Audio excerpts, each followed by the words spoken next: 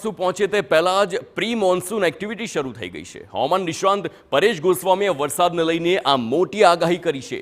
પરેશ ગોસ્વામીનું માનીએ તો આગામી 22 મે થી 1 જૂન સુધી ગુજરાતમાં વરસાદની પ્રબળ સંભાવના છે। દાવો એવો પણ કરવામાં આવ્યો છે કે રાજ્યના કેટલાક ભાગોમાં 2 ઇંચથી 4 ઇંચ સુધી વરસાદ પડી શકે છે।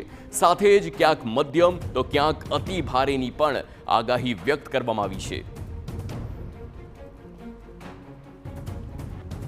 નૈઋત્યનું ચોમાસું આવે એ પહેલા ગુજરાતની અંદર પ્રી મોન્સૂન એક્ટિવિટીના વરસાદો જોવા મળે તેવી શક્યતાઓ છે અને ખાસ કરીને મે મહિનાના છેલ્લા અઠવાડિયામાં એટલે કે 22-23 મે થી લઈ અને 1 જૂન સુધી ગુજરાતના અલગ અલગ વિસ્તારોની અંદર 2 થી લઈને 4 ઇંચ અને અમુક વિસ્તારની અંદર 4 ઇંચ કરતા પણ વધારે વરસાદ પડે તેવી સંભાવનાઓ દેખાઈ રહી છે।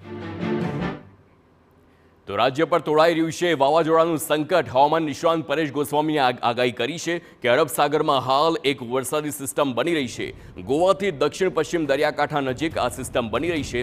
અરબ સાગરમાં સાયક્લોન બનવા માટે અનુકૂળ સ્થિતિ છે, જેને પગલે સિસ્ટમ ડિપ્રેશન અથવા સાયક્લોનમાં પરિવર્તિત થાય તેવી સંભાવના છે। એટલે કે 22 મે પછી સિસ્ટમ લો પ્રેશરમાં પરિવર્તિત થઈ શકે છે અને જો ચક્રવાતની સ્થિતિ સર્જાશે તો ભારે વરસાદની પણ સંભાવના છે।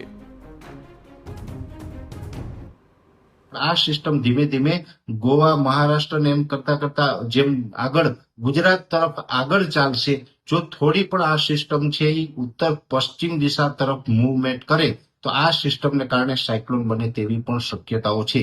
એટલે અત્યારે જોવા જઈએ તો દરિયાઈ ભેજ હોય, તાપમાન હોય, બીજા અન્ય પરિબળો છે અરબ સાગરમાં સાયક્લોન બનવા માટે અનુકૂળ પરિબળ છે। એટલે આ સિસ્ટમ છે એ કદાચ સાયક્લોન પણ બની શકે, પણ જો આ સિસ્ટમ છે એ સતત ઉત્તર અને ઉત્તર પૂર્વ દિશા તરફ આગળ ચાલશે તો અરબી સમુદ્રમાં એને પૂરો સ્ટ્રેસ ન મળે, ઊંચું તાપમાન ન મળે તો કદાચ એ સાયક્લોન ન બને।